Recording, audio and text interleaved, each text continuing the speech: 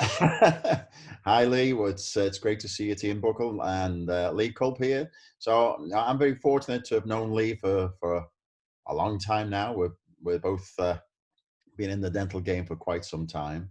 Sure. Um, I knew Lee when it was mainly ceramics, and then we sort of went up separate pathways, and but we were both doing a lot of digital stuff. And now Lee is not only just a master ceramist, but is also a master in um, digital dental technology.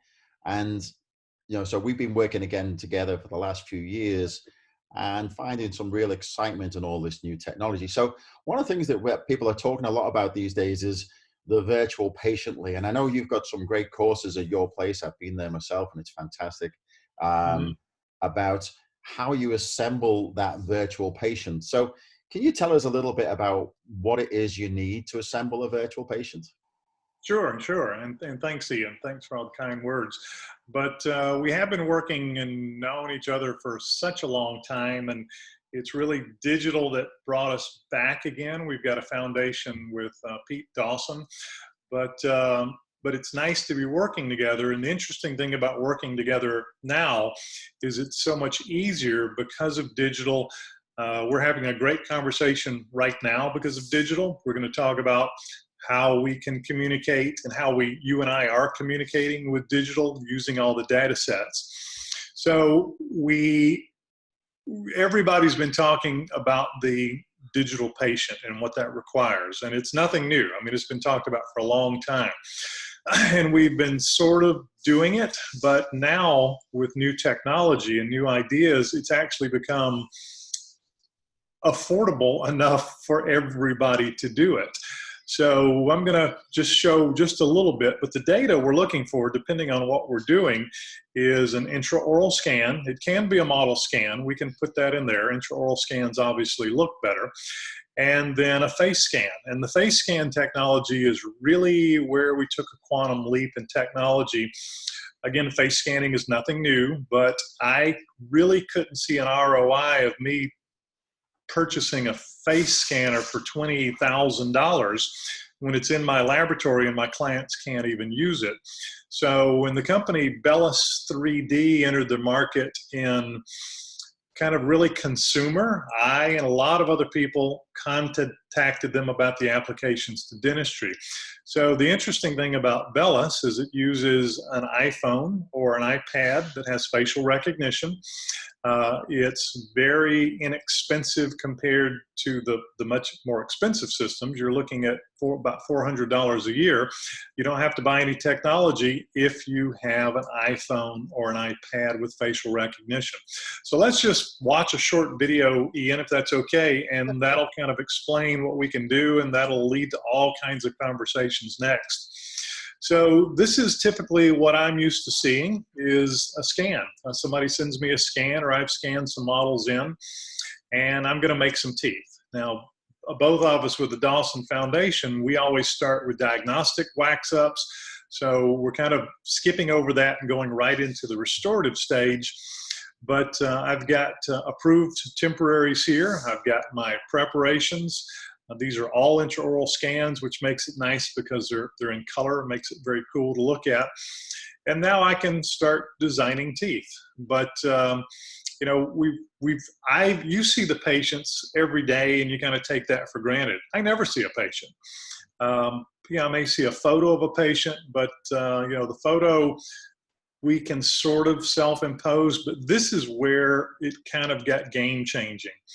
The ability to bring in a three-dimensional patient that's pinned and registered very accurately to the teeth. And then, this is just truly amazing. So we were actually doing a course when the Bellis people came and attended our course, and we started talking about face bows.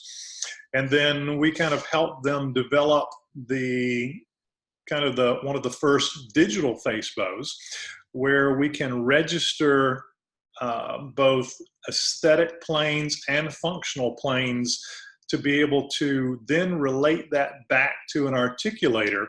So we've got a true face bow here, a digital face bow, and we can relate that back and back to our articulator. If we are doing implants, we've got a CT scan, then we can actually relate the anatomical condyles to the articulator condyles. So it gets incredibly, the information we've got here is just incredible. So I'm not going to sit on this all day, but I wanted people just to really see how the face and the teeth and the articulator and the planes all work together. We can fade everything in and out, and it gives us just a beautiful idea of what's going on, and then we can adjust our models and our restorations on the digital articulator. So I'm gonna switch and stop sharing screen right now, Ian. So I'm gonna go up and remove that.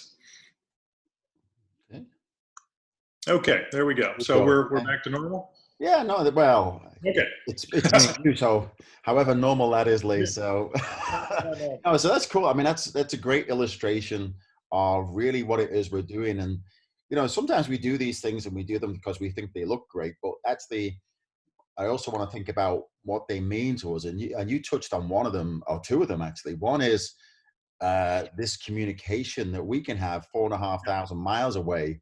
Right. And we can look at the same patients. It's incredible. And then the other thing is, it's okay for me because I get the lips and everything eventually, but you never get to see that. So to be able to get those two things, I think is just amazing. And I think the thing that really changed it, I remember when, as you say, when we did our course over at your place and Eric was there, and we really started to see how all this was coming together. But I think when we got these things with the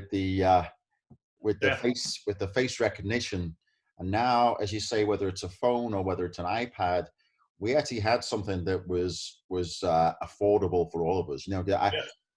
I sort of looked at stuff, like well, I won't mention names, but Artec, face scanners and all sorts of things.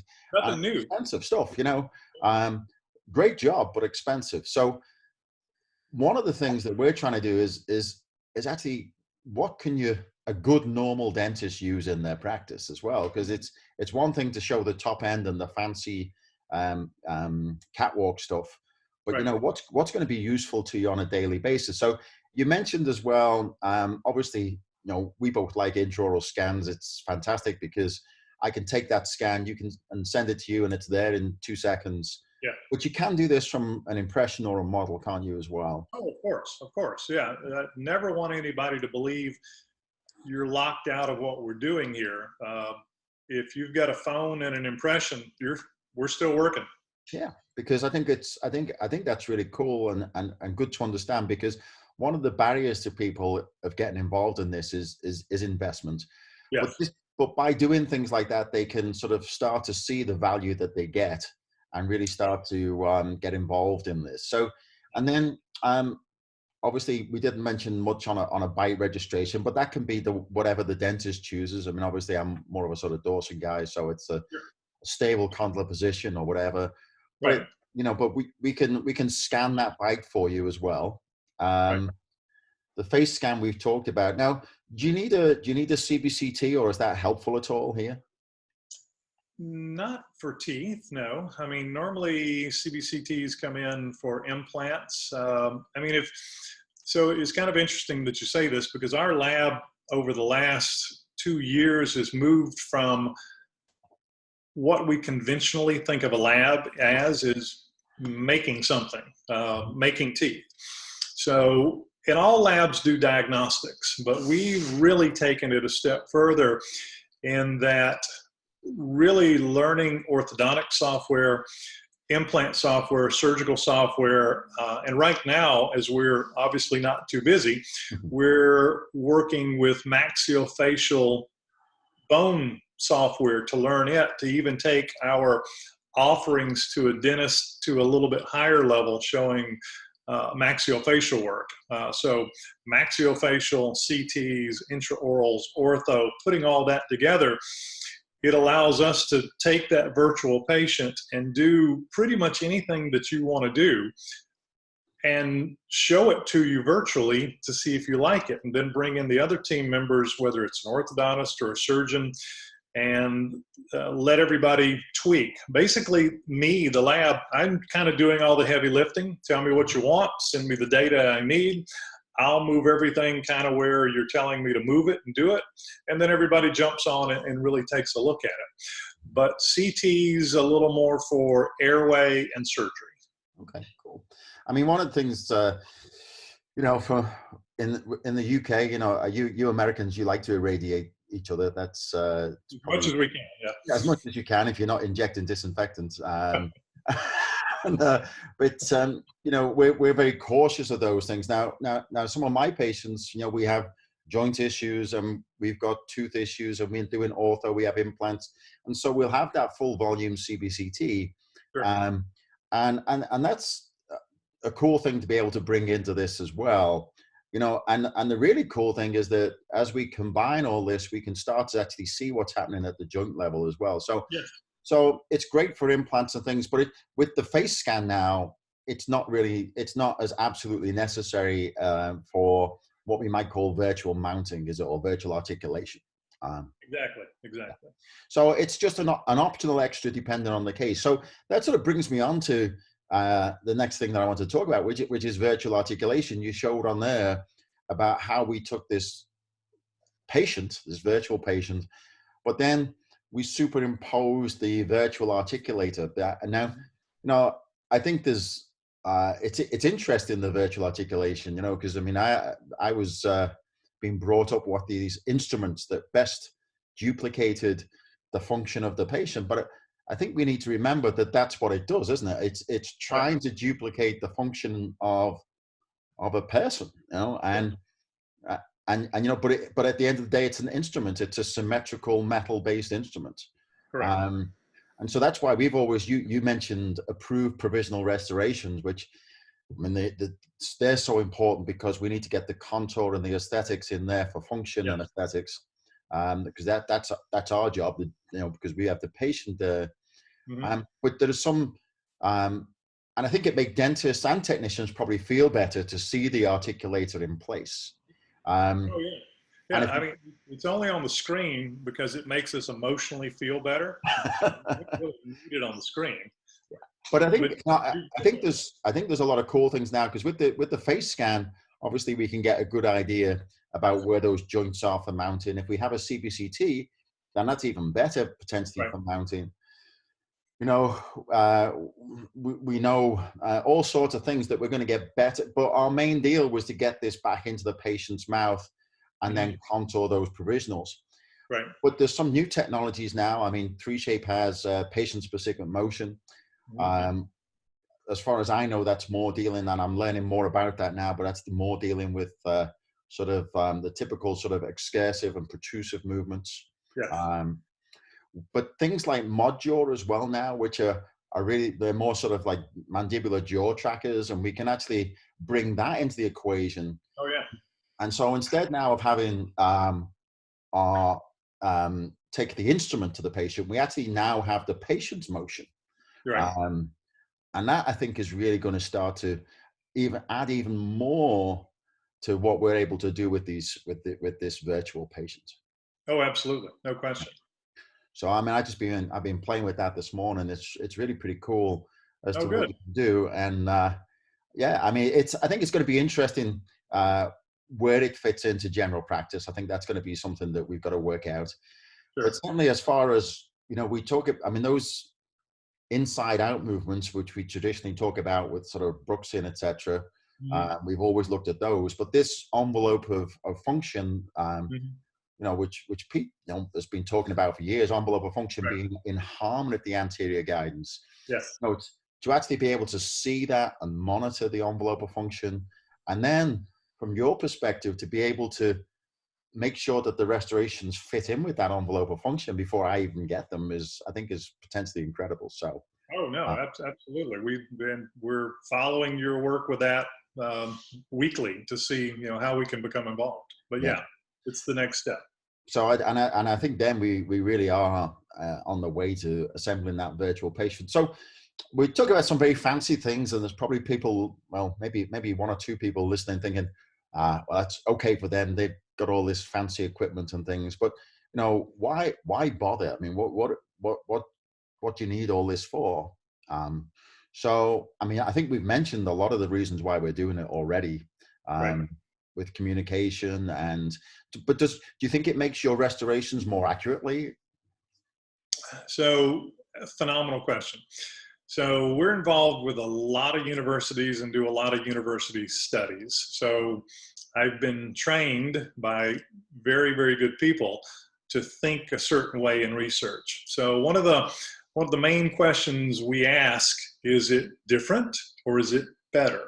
I mean, that's a main question. So with digital, okay, is it just different? You do it on a computer, or is it actually better?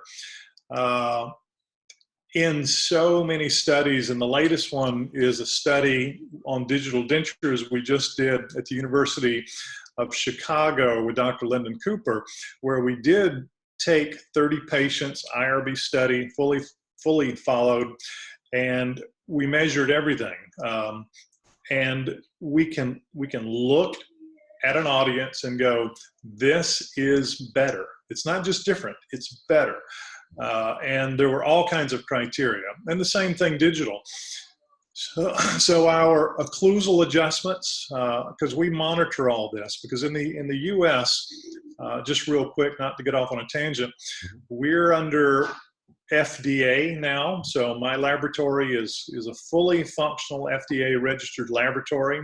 We're a medical class 2 laboratory in the US dealing in dentistry. So we have to monitor and measure everything we do.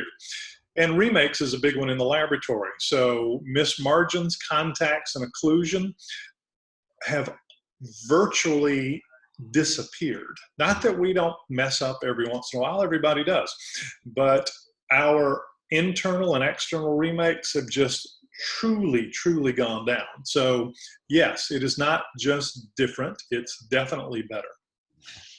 And this is the really cool thing about it, isn't it? When, because I think with digital, I really went back and it made me re-examine my sort of core philosophy about what it is I want to do. And, Oh, sure. one part of it is about being predictable. Right.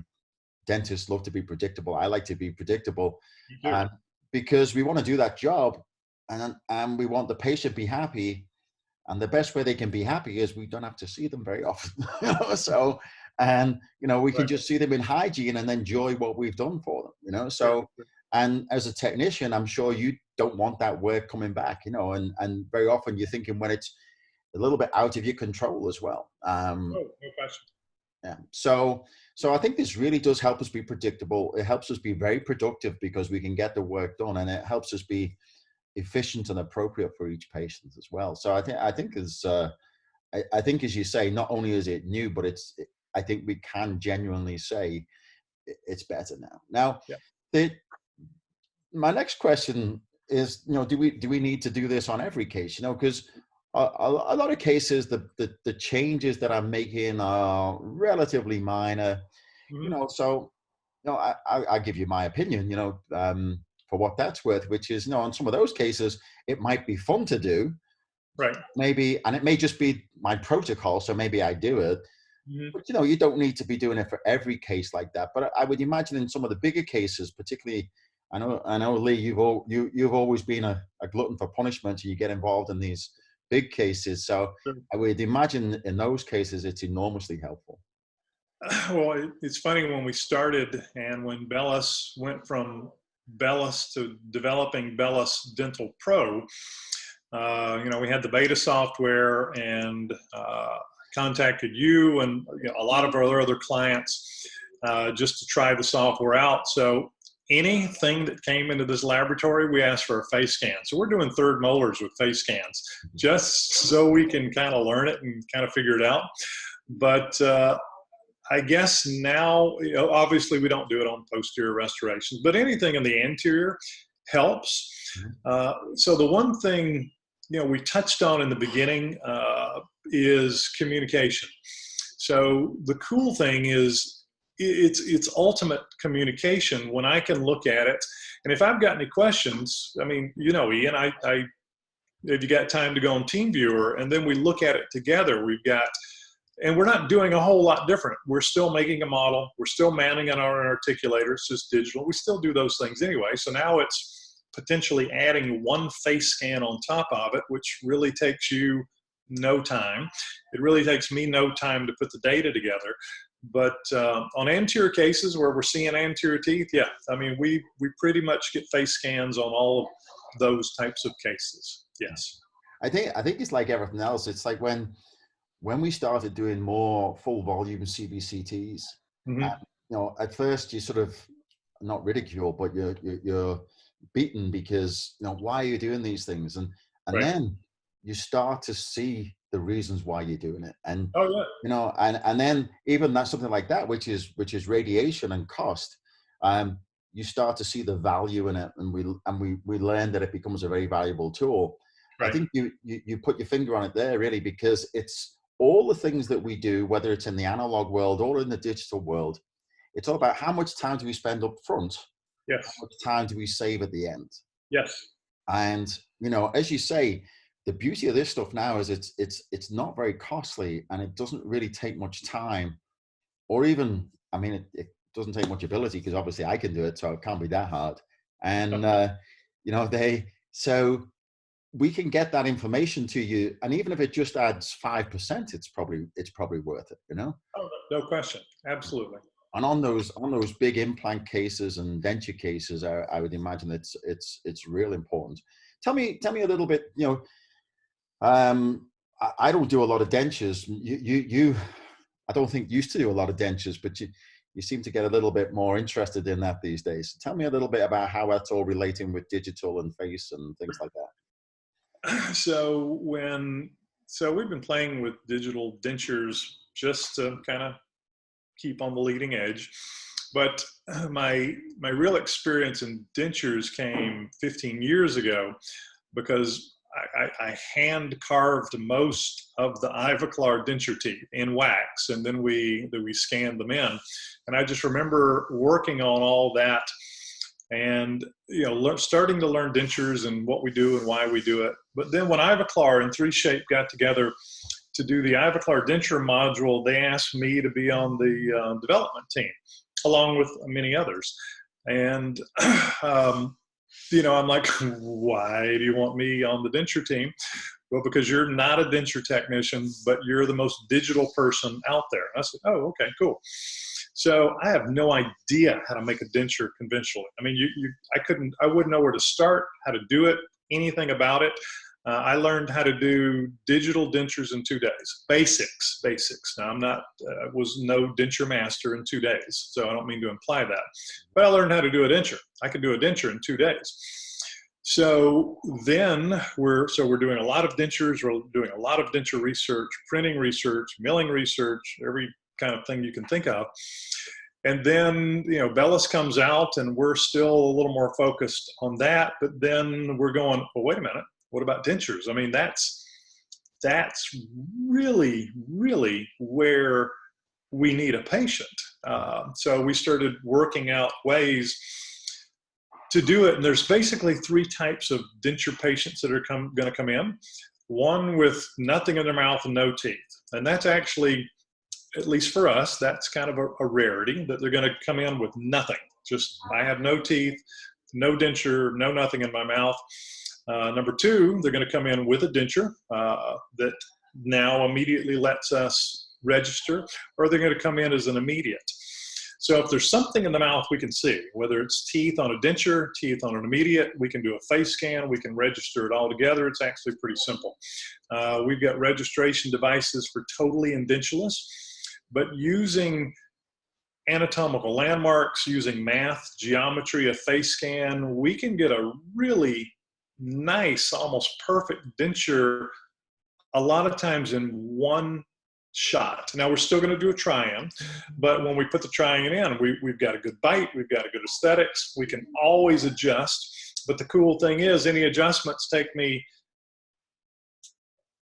5 minutes, instead of resetting the whole denture. So it's made a lot of difference in dentures too. So I'm writing actually a book chapter right now on face scanning virtual patients and digital dentures.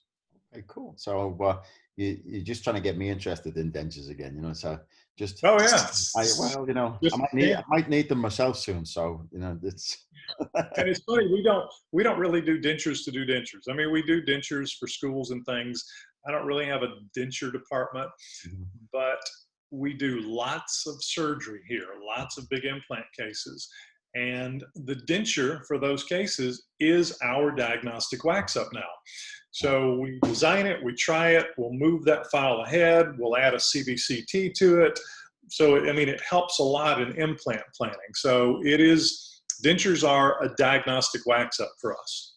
okay. That's cool. So I think, you know, I mean, I think we've been talking for half an hour or so now, which is probably about as much as anyone can take of us. So, um, but tell Bye. me, just to um, just to sort of finish off. I mean, where do you think the future might go with this stuff? Is there anything on the horizon that you're looking at the moment? So, So I tend to make statements that piss people off, not on purpose, but when I get asked a question, I'm going to give my opinion. yeah. Uh, I don't think AI has really touched us in dentistry yet. Uh-huh. It will. Uh, So a lot of the decision making we do, that we know, is based on anatomical landmarks. It's based on bone volume. It's based on where the teeth need to go. It's based on a lot of facts and information, but it's still based on repeatable, a lot of times, not for every case, but repeatable values.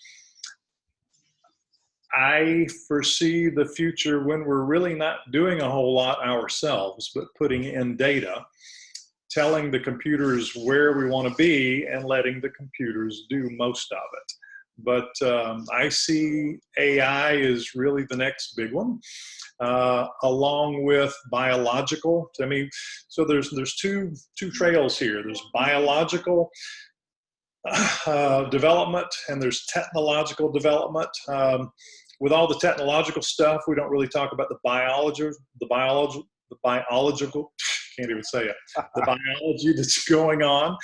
But I mean, there is a race. So, one day biology will take over, technology will disappear. But I think AI is really going to enter the market because I know people are working on develop it based on what we've seen, based on values, based on anatomy, based on mathematics, based on geometry. Well, computers will do a lot more of the design for us in the future. Okay, that's cool. So, and I couldn't say it any better than Lee just said. I mean, my main thing is I'm just waiting for the sports. Stuttering part. Yes, I can say biological, but my main thing is I'm just waiting for sport to come back on the television. So Right. that all sounds great. So that I'm going to get more time to watch the sport. That's the thing. Yes, yeah. I think the cool thing with all this is, I mean, the future is bright. The future is amazing. And, I think there's two ways of looking at things, which is, you and I have been around a while, but it's still fun to come to work and to really use the things that we've learned over all these years and then combine them with that new technology to try and get the best results. Because, it's called artificial intelligence because it came from where we were and where we are and what we've learned over the years. Absolutely. So I think we still got a lot to contribute in that way. It makes our days so much more exciting. So I think the story for me with digital is, what, if you're an older person in dentistry, maybe you can escape without it affecting you too much. But for those of you who've got 5+ years left in dentistry, it's going to get you somewhere. So let's get involved and let's enjoy this and make the most of it the best we possibly can. Because actually, like you said before, not only will it make our lives better, but it allows us to do the thing that we should all be here for, which is to deliver a better service for our patients. So, patients, and it's fun. Yeah, no, it is, and it's cool